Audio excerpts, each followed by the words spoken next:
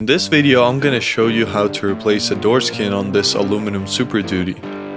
First, I start with grinding off the edges that hold the old skin in place. I use a grinder and a steel blade with a hammer to remove the old piece.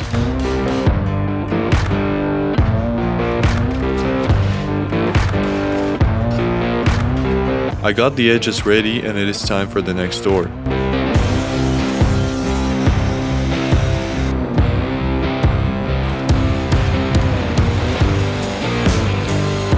I apply sealer to the inside and panel adhesive to the edges. I then carefully lay it on the shell, and after 2 hours of non-stop hammering, I am all done.